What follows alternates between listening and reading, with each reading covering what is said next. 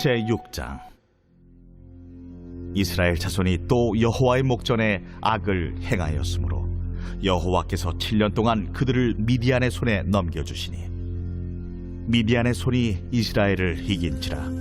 이스라엘 자손이 미디안으로 말미암아 산에서 웅덩이와 굴과 산성을 자기들을 위하여 만들었으며 이스라엘이 파종한 때면 미디안과 아말렉과 동방 사람들이 치러 올라와서 지인을 치고 가사에 이르도록 토지 소산을 멸하여 이스라엘 가운데에 먹을 것을 남겨두지 아니하며 양이나 소나 나귀도 남기지 아니하니 이는 그들이 그들의 짐승과 장막을 가지고 올라와 메뚜기 떼같이 많이 들어오니 그 사람과 낙타가 무수함이라.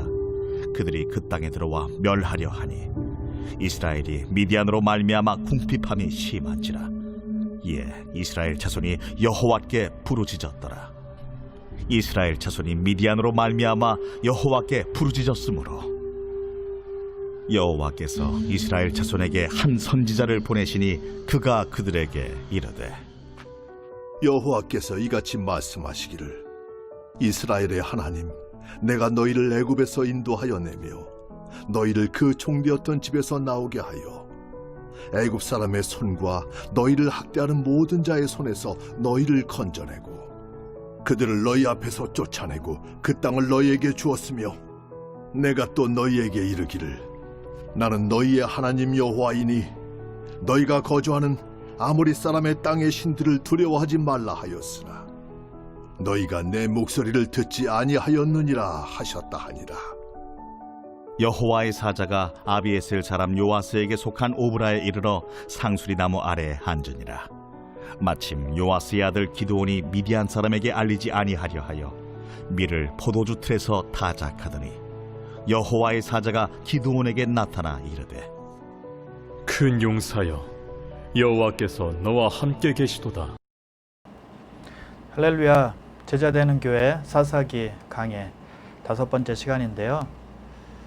오신 여러분들을 주님의 이름으로 환영합니다. 오늘도 말씀 공부를 통해서 더 큰 은혜가 여러분의 삶 가운데 임하시기를 주님의 이름으로 다시 한번 축원합니다. 자, 여러분 지난주에 봤던 것을 기억나시나요? 지난주, 지지난주에 보면 우리 사사 4명을 보았는데요. 첫 번째 사사는 온니엘이었죠. 그 갈렙의 사위였고 악사의 남편이었습니다. 두 번째 사사는 에훗이었죠. 왼손잡이였습니다. 그리고 세 번째 사사는 가장 짧게 소개되고 있는 삼갈이었죠.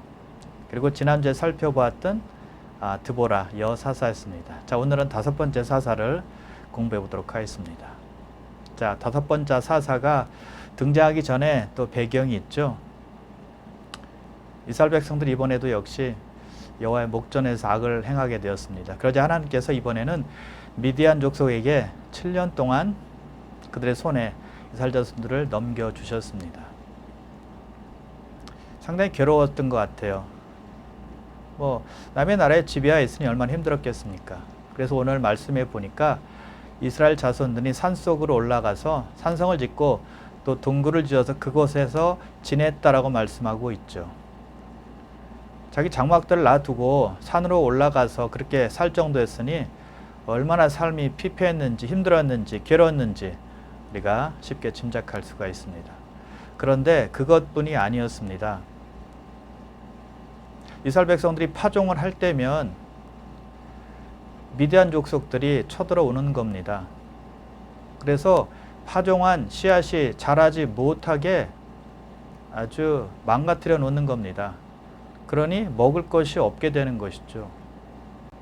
또 그것만이 아니었고요. 소나 양이나 낙타를 모조리 또 없앴다라고 했습니다. 그리고 더 힘든 것은 모든 농사할 땅을 황폐하게 만든 것입니다. 다 파괴한 거예요. 그러니 농사를 지어야 무엇을 먹을 텐데 얼마나 힘들겠습니까?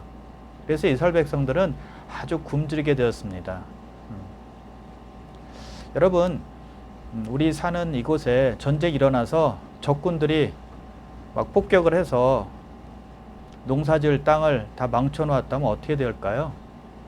또 공장지대를 미사일로 쏴서 다 파괴했다면 어떻게 될까요? 먹어야 될 그런 생산물을 우리가 얻지 못하니까 굉장히 힘들어질 것입니다. 굶주리는 사람도 많아질 거예요. 그렇게 되면 사회에 도둑놈들 많아지고요. 또 사회는 아주 혼란에 빠지게 될 것입니다.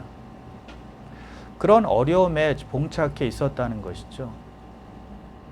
여러분, 우리가 그런 어려움을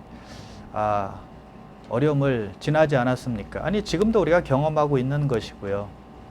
코로나 바이러스로 인해서 많은 사람들이 실직을 하게 되었습니다. 뭐 회사 문 닫죠? 또 상점 문 닫죠? 가게 문 닫죠? 어디서 일합니까? 일할 곳이 없으니 놀 수밖에 없는 거예요. 일을 해야 먹고 살 텐데 얼마나 힘들었습니까? 지금도 힘드신 분이 있고요. 그런데 감사하게도 정부에서 경기 부양책으로 스티뮬러스 책을 각 미 국민들에게 나눠주지 않았습니까? 정말 큰 도움이 됐습니다. 그래서 우리는 하나님께 감사해야 되고요. 또 미국 정부에게도 감사해야 합니다. 우리는 그렇게 도움 받았지만 이스라엘 백성들은 도움 받을 곳이 없습니다. 왜요? 누가 도와줄 사람이 없죠. 하나님밖에 없었다는 것이죠.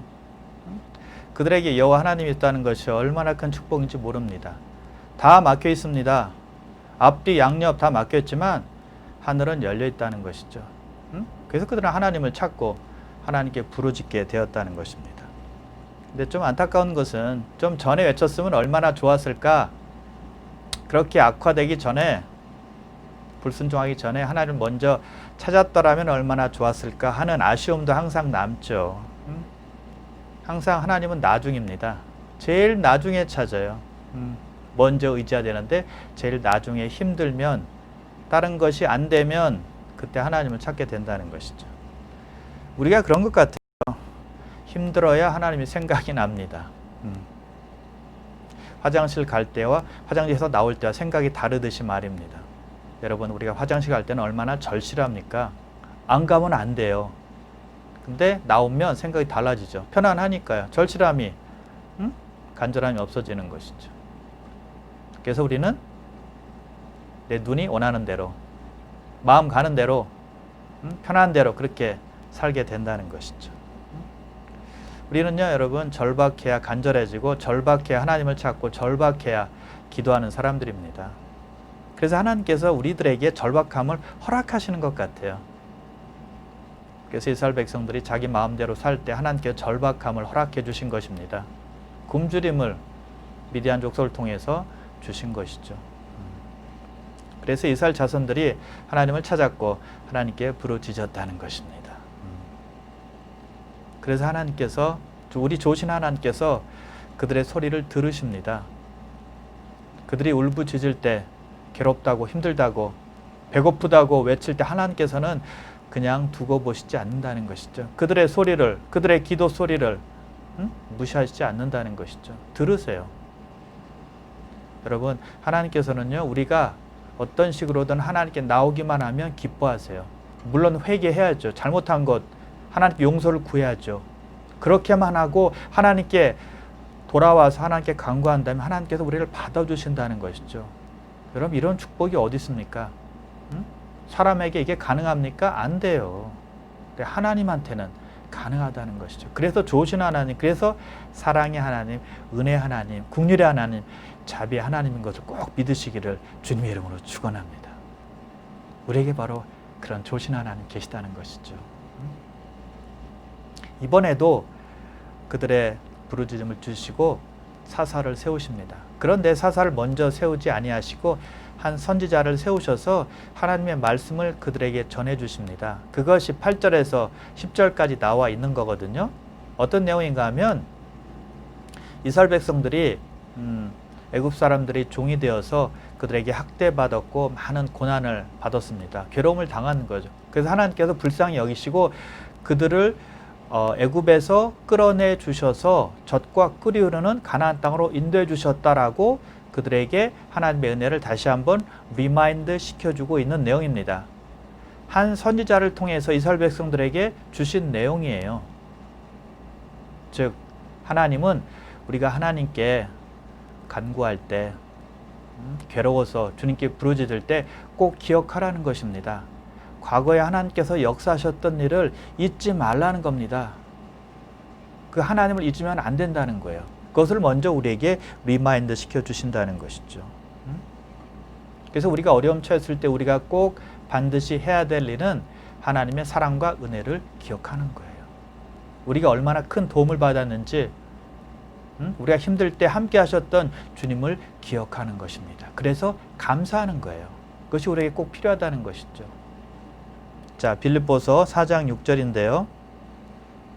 아무것도 염려하지 말고 다만 모든 일에 기도와 간구로 너희 구할 것을 감사함으로 하나님께 아뢰라. 기도하고 간구할 때 감사함으로 하나님께 아뢰라는 것입니다. 하나님의 은혜를 생각하며 기도하라는 겁니다.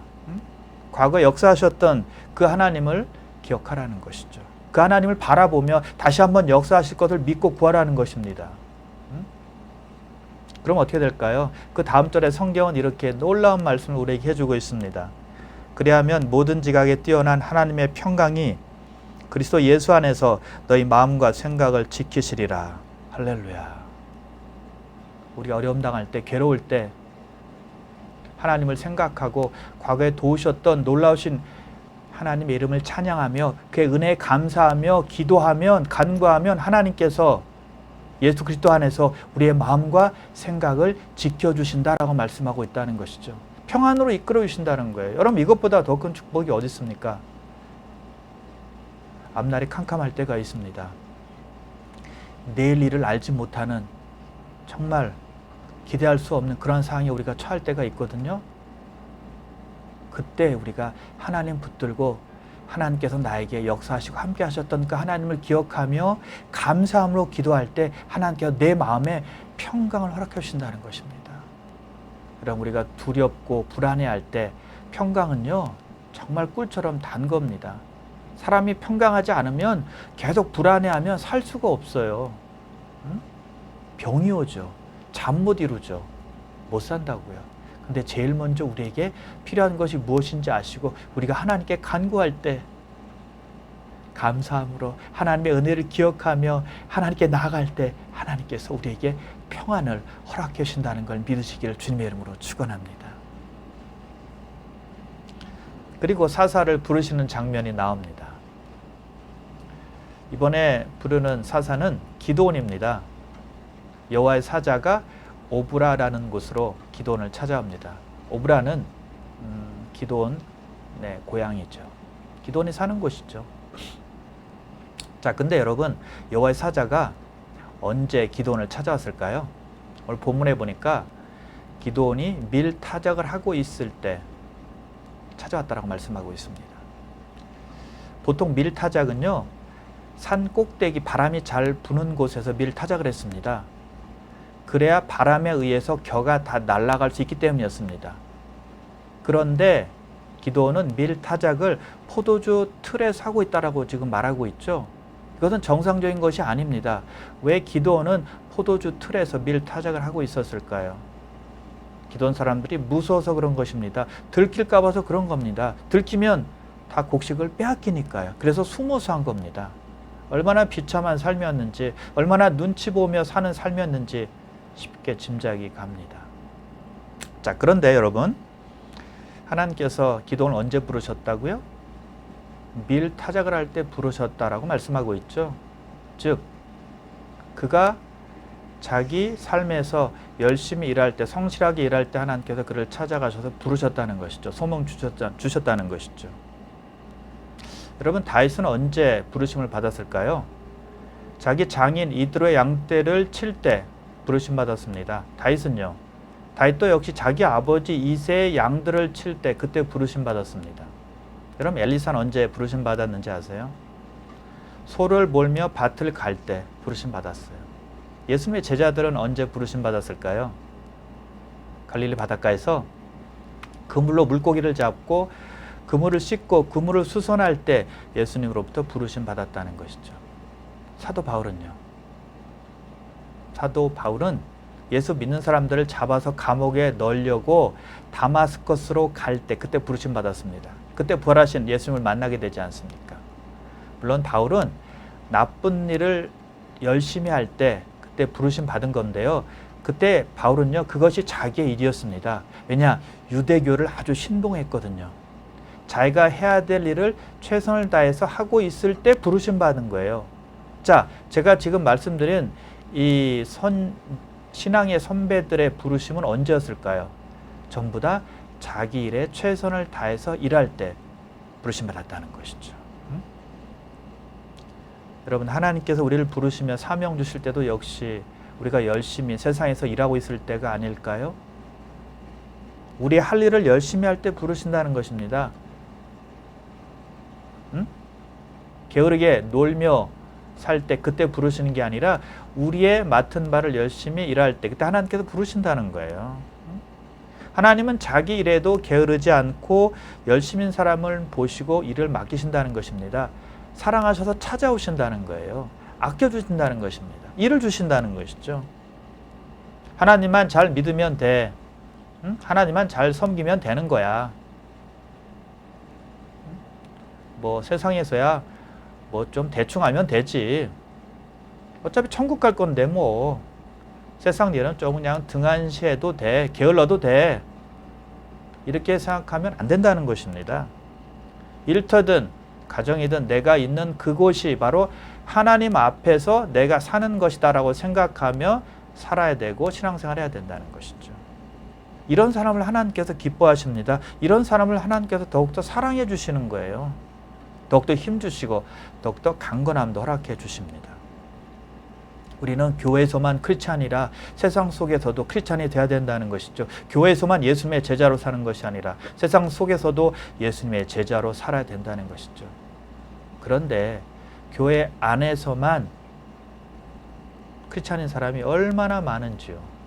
너무나 많습니다. 우리가 몸담고 있는 모든 곳에서 우리는 성실해야 된다는 것이죠. 신실해야 된다는 것입니다. 골로새서 3장 23절인데요. 이렇게 성경은 말씀하고 있습니다.